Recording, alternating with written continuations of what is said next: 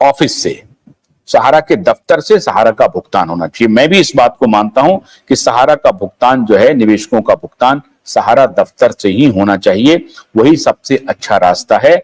ये नहीं हो सकता है पोर्टल के माध्यम से पूरा भुगतान नहीं होगा। मैं इस बात को मानता हूं और मैं बार बार ये कार्यक्रम करता हूं। विष्णु कुमार जी बोलिए। नमस्कार विष्णु जी, कुछ बोलना चाहते हैं? हालांकि हम क्लोज कर रहे थे। विष्णु जी बोलिए। म्यूट हो गए सर, म्यूट हो गए, अनम्यूट कीजिए।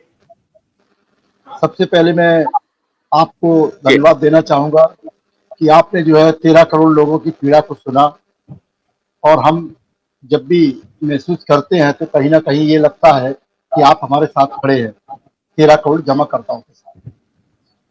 अभी जो आप बात कर रहे थे सर कि भुगतान अगर कार्यालय से होता है, ये अच्छी बात है, क्योंकि जो सारी डिफिशियंसी है या जितने प्रकार की कमियां हैं, अगर उनको कोई भी विभाग अगर दूर कर सकता है तो वो कार्यालय है।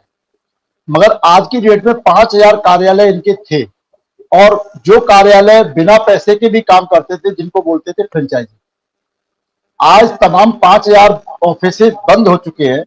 इक्का दुक्का कहीं कोई ऑफिस है, वो भी ओपन नहीं है, लोगों की जानकारी में नहीं है। अगर ऑफिस चल भी रहा है तो वो किसी के संज्ञान में नहीं है।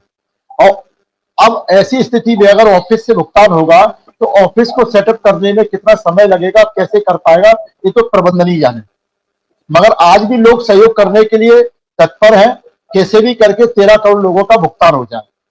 मेरी मंशा भी यही है कि लोगों का भुगतान हो, और जो हम लोग लड़ाई लड़ रहे हैं, हमें और आगे इस तरह का संघर्ष नहीं करना पड़ रहा है, क्योंकि देश में आज जो है हम एक दूसरे के ऊपर टिक्का टिप्पणी कर देते हैं, चाहे वो कोई भी दूसरे संगठन हो या कोई हमारा संगठन हो या किसी और का संगठन हो।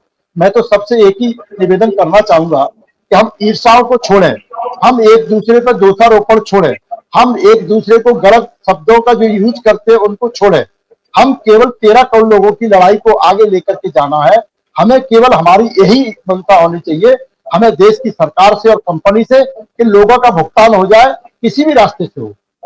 हम नहीं चाहते कि हम जो है चैनल पे आए और हम आपस में लड़े। हम जो है उसके बाद भी हम दूसरे को व्हाट्सएप पे भी किसी को कुछ शब्द बोल करके लिख के भेजे, कोई कुछ लिख करके भेजे। हम ये पूरे भारत वर्ष में ये चैनल जाता है क्यूवाई नेटवर्क, इसकी भी एक गरिमा है। हम लोग इस पर लड़ेंगे या हम किसी को अपशब्द बोलेंगे, कोई हमें बोलेगा तो उसका प्रभाव गलत जाता है। तो मैं ऐसे तमाम लोगों से भी एक प्रार्थना करना चाहता हूं कि हमें जो है चुपड़ी चुपड़ी बातें करना नहीं आता सर। हम तो केवल जो है 13 करोड़ लोगों की और मेरी खुद की जो पीड़ा है, इसके लिए मैं संयुक्त ऑल इंडिया जन आंदोलन संघर्ष न्याय मोर्चा के साथ कदम से कदम मिलाकर के चल रहा हूं। और हम जो है PIL को लेकर के जा रहे हैं, उसमें भी हम सबका एक सहयोग है, और हम एक एक व्यक्ति को जगाने का प्रयास कर रहे हैं कि कैसे भी करके सहारा इंडिया के जमाकर्ताओं का भुगतान, चाहे वो कार्यालय से हो या कोई दूसरा माध्यम बने, या सरकार या कंपनी कोई बैठ करके ऐसा कोई निर्णय ले जिससे देश के तमाम लोगों का भुगतान हो। बिल्कुल ठीक कह रहे हैं, बिल्कुल ठीक कह रहे हैं कि सब लोगों को जुड़ करके ही भुगतान चाहिए। कंपनी से क्या लड़ना और सरकार से क्या लड़ना, कोशिश ये होनी चाहिए कि सब पर दबाव बना करके निवेशकों का पैसा आ जाए। संजय जी आप ज्वाइन किए हैं तो बहुत संक्षेप में कीजिए, मैं क्लोज करने वाला हूं प्रोग्राम। आशुतोष जी नमस्कार। आज नमस्कार। आपने अपने वक्तव्य रखे कंपनी के प्रति, सरकारों के प्रति भी और पार्टियों के प्रति भी। बड़ा अच्छा लगा, आपने भी ब्रीफिंग करके सारी चीजों को क्लियर कराया। मैं आपके इसमें एक चीज और जोड़ना चाहता हूं जो शायद आप भूल गए थे या बता नहीं पाए। 2013 की बात है आशुतोष जी, सुब्रत राय साहब ने एक पत्र लिख के दिया था माननीय सोनिया गांधी जी के खिलाफ में कि आप विदेशी मूल की महिला हैं, आपको प्रधानमंत्री नहीं बनना चाहिए। वो वायरल बहुत ज्यादा हुआ था, पेपर में भी आया था। ये 2004 की, हाँ, 2004 सरकार बन रही थी।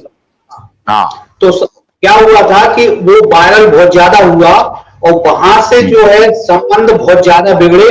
उसका परिणाम है जो बहुत कुछ है जो आज हमें आपको खामियाजा भुगतना पड़ रहा है। जिस कंपनी के पास RNBC एक्ट का लाइसेंस हो, रेजिडेंट बैंकिंग कंपनी का, और उस लाइसेंस को जो है खत्म कर दिया जाए। कहीं ना कहीं ये जो है गांधी परिवार को कहना चाहिए जो मतभेद हुए हैं। कट गया उनका नहीं, ठीक कह रहे हैं आप ये बिल्कुल ठीक कह रहे हैं कि वो एक बहुत बड़ा कारण था मतभेद का, और कांग्रेस और सहारा के बीच में बिल्कुल 36 का संबंध रहा। और ये और बात है कि अभी की जो स्थिति है जिसमें जैसे सहारा और समाजवादी पार्टी के संबंध अच्छे रहे, अब आजकल समाजवादी पार्टी और कांग्रेस के बीच में अलायंस है, तो वो एक रूट निकाल करके कह सकते हैं कि कांग्रेस और सहारा के बीच में अच्छे संबंध हो सकते थे। लेकिन अब वो तो पुरानी बात है। ये बात बिल्कुल सही है कि तब जब कांग्रेस पार्टी सत्ता में थी तो सहारा और कांग्रेस के संबंध, इसमें कोई शक नहीं है कि ठीक नहीं थे। तो ये बात तो बिल्कुल ठीक कह रहे हैं। आपका ये कहना ठीक है विष्णु कुमार जी। मैं भी ये आग्रह कर रहा हूं कि आप सभी लोग, जो आप लोगों का जो मोर्चा है उसमें एकजुट बने रहिए और एकजुट होकर के इस लड़ाई को लड़ते रहिए, कानूनी माध्यम से, मीडिया के माध्यम से। सरकार पर जैसे भी दबाव बनाना चाहते हैं बनाते रहिए, उससे पीछे हटना नहीं है। तो आज मैंने आपको ये बताया कि कैसे दलालों ने सहारा को गर्त में पहुंचाया। आपको अपनी आंख, कान और मस्तिष्क सबको खोल के रखना चाहिए और विचार करना चाहिए कि कंपनी कैसे बाहर आएगी और निवेशकों का पैसा कैसे मिलेगा, एजेंट का पैसा कैसे मिलेगा। इस पर ही आप लोग ध्यान केंद्रित रखिए। बहुत बहुत शुक्रिया। नमस्कार।